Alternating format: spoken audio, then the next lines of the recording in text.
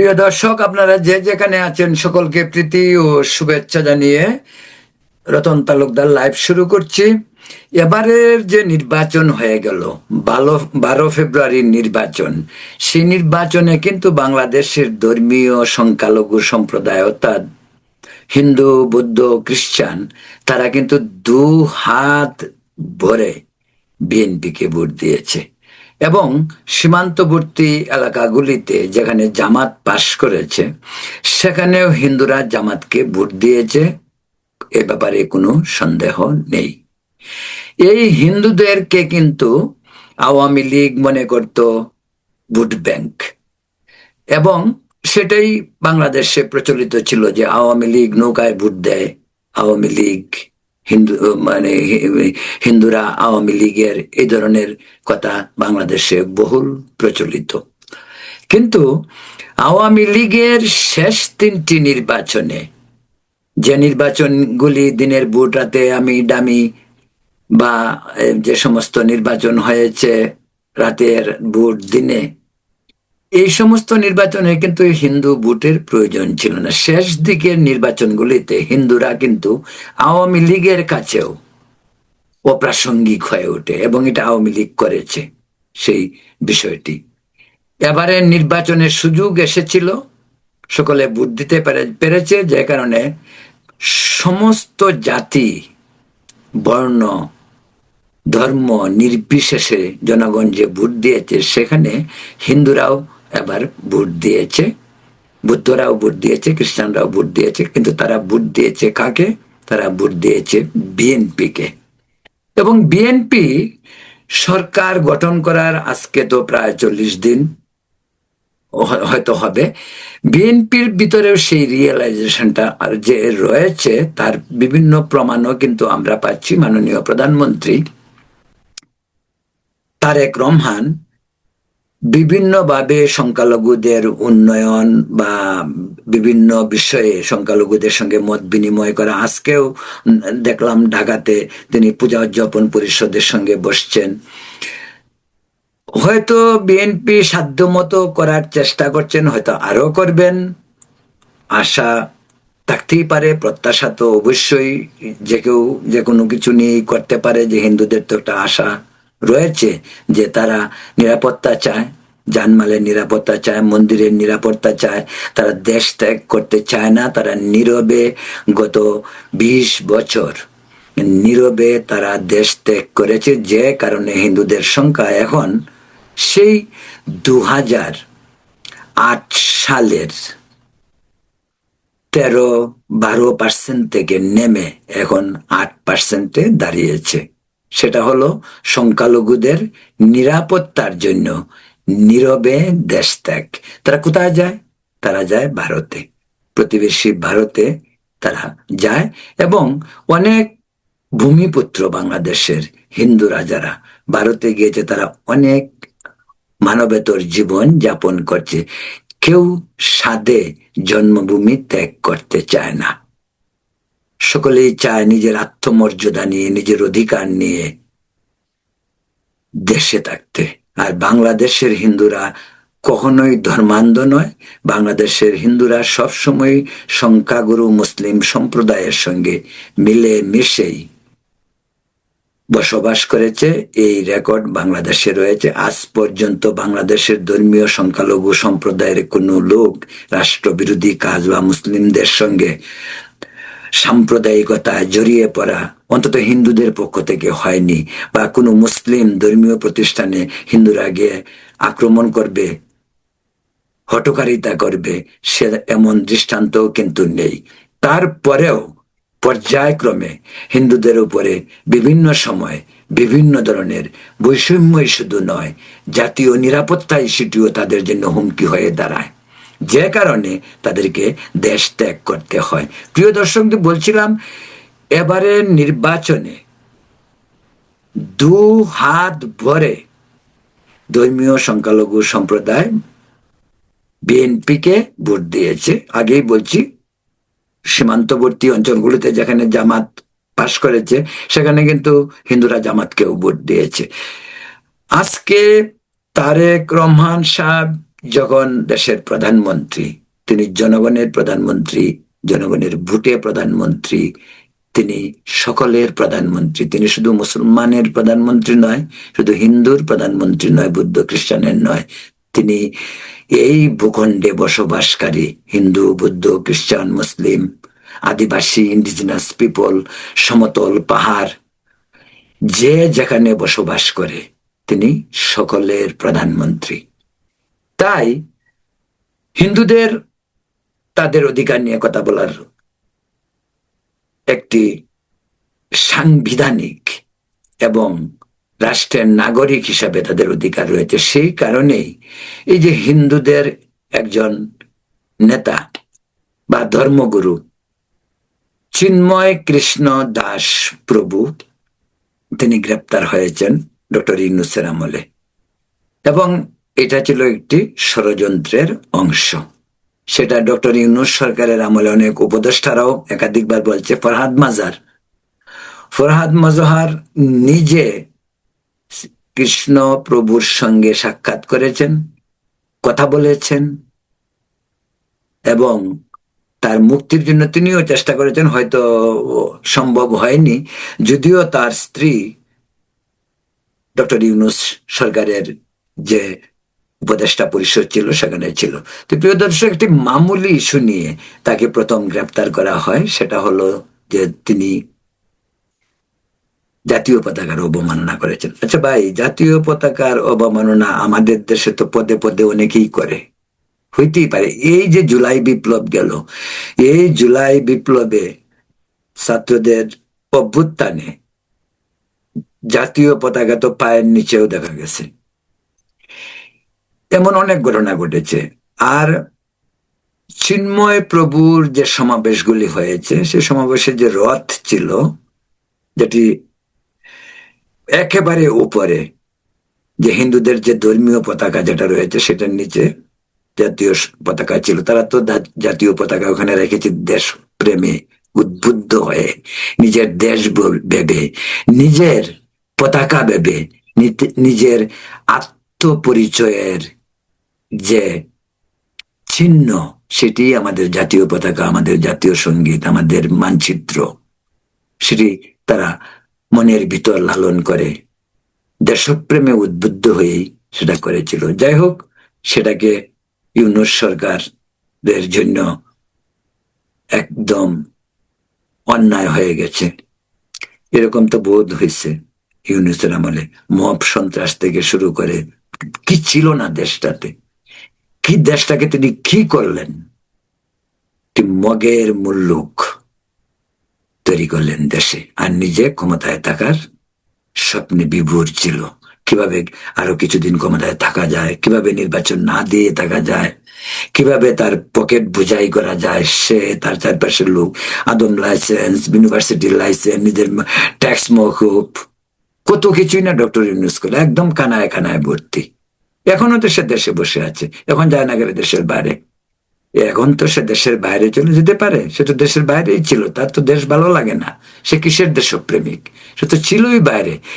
Nobel বিক্রি করে করে তিনি দেশের যে মুখ হয়ে উঠছিলেন সেই মর্যাদাকে তিনি রাখতে পেরেছেন।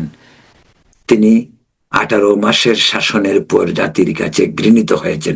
যাই হোক প্রিয় দর্শক, বলছিলাম এই নিরপরাধ একজন সাধু সন্ন্যাসী, তাকে বিনা অপরাধে জেল হাজতে রাখা হয়েছে। যে মানুষটিকে প্রথম একবার জামিন হয়েছিল, তারপরে সেটাকে আরেকটি মামলা দিয়ে, হত্যার মামলা দিয়ে, আপনারা জানেন চট্টগ্রামে একজন আইনজীবী, তরুণ আইনজীবী, খুবই দুঃখজনক ঘটনা, সেই তরুণ আইনজীবী হত্যার পর তাকে আবার এই হত্যার সঙ্গে জড়িত করা হলো। অনেকেই বলছে যে ওই আইনজীবীকে ষড়যন্ত্র করে জামাতেই হত্যা করেছে। কথাটি আমার নয়, বাংলাদেশের কাগজেও এসেছে, বিভিন্ন ভিডিও ক্লিপে এসেছে, সোশ্যাল মিডিয়ায় এসেছে। জামাতেই ষড়যন্ত্র করে, ডক্টর ইউনূস সরকারের একটি অংশ ষড়যন্ত্র করে এই সন্ন্যাসী চিন্ময় প্রভুকে গ্রেপ্তার করানোর ষড়যন্ত্র করা হয়েছে, কারণ তারা ধরে নিয়েছিল যে যেহেতু চিন্ময় প্রভু আন্দোলন শুরু করেছে হাজার হাজার লক্ষ লক্ষ লোক, তাও হিন্দু, তো হিন্দু মানে সবাই ফ্যাসিস্ট, সবাই ফ্যাসিস্ট হয়ে গেছে, সবাই আওয়ামী লীগের দূষর হয়ে গেছে, সবকিছু হয়ে গেছে, যে কারণে তাকে আটক করা হয়। এবং এটাও একটা দান্দা ছিল ডক্টর ইউনূসের, যে সেটা হলো চিন্ময় দাসকে গ্রেপ্তার করলে হিন্দুদের উপর চাপ বাড়বে, হিন্দুরা ভয়ে আর রাস্তায় বেরোবে না, ভারতকেও একটি মেসেজ দেওয়া, বিভিন্ন কারণ থাকতে পারে। কিন্তু সেই কারণে রাজনীতির পাটাশিল ঘষাঘষি করলে মরিচের যান শেষ হচ্ছে। সেই মরিচ হলো হিন্দু, তাদের যান শেষ হচ্ছে। কারণ আপনি রাজনীতি করবেন, আপনি ধান্দা করবেন, প্রতিবেশী ভারতকে মেসেজ দেবেন, আর সেটাও হিন্দুদেরকে দিয়ে হিন্দুদেরকে নিষ্পেষিত করে, সেই কাজটি জামাত এবং বিএনপি মিলেই করেছিল। তাকে হত্যার আসামি বানানো হলো। আচ্ছা ভাই, যে মানুষটা এটা পিঁপড়া, যে মানুষটা একটা মাছ পর্যন্ত হত্যা করে না, নিজে মাছ খায়ও না, নিরামিষ বুঝি, এই মানুষটা একটা আরেকটি মানুষকে হত্যা করে কিভাবে? সবকিছুরই তো বিশ্বাসযোগ্যতার প্রয়োজন আছে। তিনি নিজেও কোর্টে মাননীয় বিচারপতিকে বলেছেন, মাননীয় বিচারপতি, আমি মানুষ হত্যা করব, আমি তো একটা একটা ছোট্ট প্রাণীকেও হত্যা করি না। এই যেহেতু পরিস্থিতি, আমি বিএনপির নেতৃত্বে বর্তমান সরকারের মাননীয় প্রধানমন্ত্রী তারেক রহমানের কাছে শনিবন্ধ অনুরোধ রাখবো, এই সন্ন্যাসীকে মুক্তি দেয়া হোক, অন্তত জামিনে মুক্তি দেওয়া হোক। সে দেশ ছেড়ে পালাবেও না, কোথাও যাবে না, তাকে মুক্তি দিন। এবং সে হিন্দুদের যে নেতা হয়ে উঠেছিল, কিন্তু সে তো রাজনীতির নেতা না, সে ধর্মগুরু। ধর্মগুরু তার অধিকার নিয়ে, তার সম্প্রদায়ের অধিকার নিয়ে কথা বলতেই পারে। সম্প্রদায়ের উপর বৈষম্য, জুলুম, সংস্কার, এরপরে তাদের জননিরাপত্তার বিঘ্ন, এই সমস্ত নিয়ে কথা বলতে পারে না, সে যে কেউ বলতে পারে। তাই সেই কাজটি তিনি করতেছিলেন।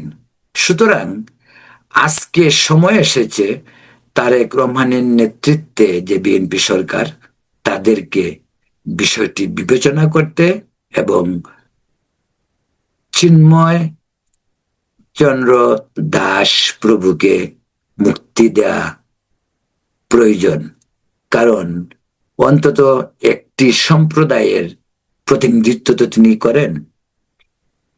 তার বক্তব্যগুলি শুনলে, তিনি অনেক ক্রাউডে, জনসভায় অনেক বক্তব্য দিয়েছেন, সেই বক্তব্যে কোথাও কি দেশের দ্রোহিতার মতো কোনো কথা বলছেন কিনা সেগুলিও পরীক্ষা নিরীক্ষা করা যেতে পারে। তিনি কখনোই বলেননি। তিনি অধিকারের জন্য কথা বলছেন। সেই অধিকারটা কার? একটি সম্প্রদায়ের। সেই অধিকারের কথা তো তিনি বলতেই পারেন। তাই প্রিয় দর্শক, বলছিলাম যে এই নিরপরাধ মানুষটিকে সরকার যত দ্রুত মুক্তি দেবে ততই মঙ্গল, এবং হিন্দুদের মনেও একটা আশার সঞ্চার হবে, হিন্দুদের মন থেকেও ভয় দূর হবে, হিন্দুরাও ভাববে এই দেশটি আমার, এই দেশেই আমি থাকবো, এ দেশ থেকে আমি যাব না। এই সংকল্প হিন্দুরা অবশ্যই করবে বিএনপি সরকার যখন এই ধর্মীয় সংখ্যালঘু সম্প্রদায়ের পাশে দাঁড়াবে, তাদের নিরাপত্তা দেবে, তাদের উপাসনালয়ের নিরাপত্তা দেবে, তখন তাদের মনে নতুন করে একটা প্রাণ সঞ্চার হবে, তারা নতুন করে উজ্জীবিত হবে, দেশ গড়ায় সামিল হবে। সেটাই আজকের দিনের বাস্তবতা। জামাতের ভূমিকা গত নির্বাচনে সংখ্যালঘুদের প্রতি খারাপ ছিল, সেটা আমি কখনোই বলছি না বা বলবো না। জামাত গত নির্বাচনে হিন্দু ভোটের জন্য সে তার পলিসি মেক করতেই পারে। একজন প্রতিনিধিও কোথায় খুলনায় বোধহয় একজন কৃষ্ণ দাস নামে একজনকে মনোনয়ন দিয়েছিল, সেটা তাদের দলীয় ব্যাপার হইতেই পারে।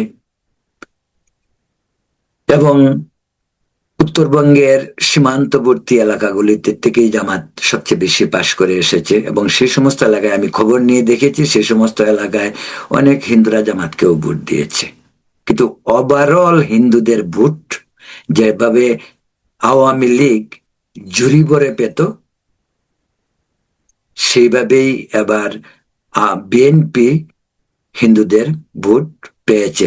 এখানে আরেকটি বিষয় খুব প্রয়োজন বলা, সেটি হলো যে হিন্দুদের মন যদি বিএনপি জয় করতে পারে, এবং এই যে এবার ভোট দিল বিএনপিকে হিন্দুরা, এই ধারাবাহিকতা যদি বিএনপি ধরে রাখতে পারে, আগামীতে আওয়ামী লীগ ক্ষমতায় আসলে পরেও বিএনপিকেই সিংহভাগ মানে হিন্দুরা ভোট দিবে।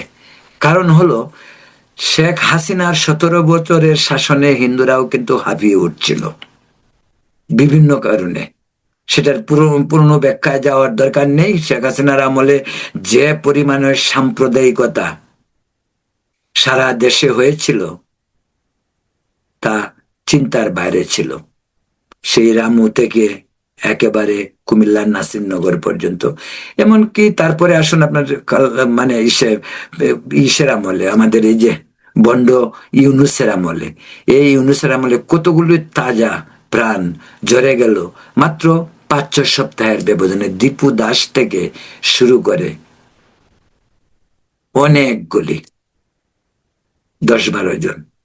তো এই যদি অবস্থা হয়, সেখানে আজকে বিএনপি যখন হিন্দুদের নিরাপত্তা নিয়ে ভাববে, হিন্দুদেরকে অন্তত বৈষম্যের হাত থেকে বাঁচাবে, তখন হিন্দুরাও বিএনপি নির্ভর হয়ে উঠবে। এটাই বাস্তবতা, এবং সেটাই বিএনপিকে ভাবতে হবে। কারণ হিন্দুরা বাংলাদেশেই থাকবে, তারা এদেশের নাগরিক, এদেশের ভূমিপুত্র। তাই বিএনপিকে বিষয়টি ভাবতে হবে। আমরা জাতি, ধর্ম, বর্ণ নির্বিশেষে, হিন্দু, মুসলিম, বৌদ্ধ, খ্রিস্টান সকলে মিলেই দেশ গড়ব। প্রিয় দর্শক, এখন এই পর্যন্তই। ভালো থাকুন, সুস্থ থাকুন, নিরাপদ থাকুন। ধন্যবাদ।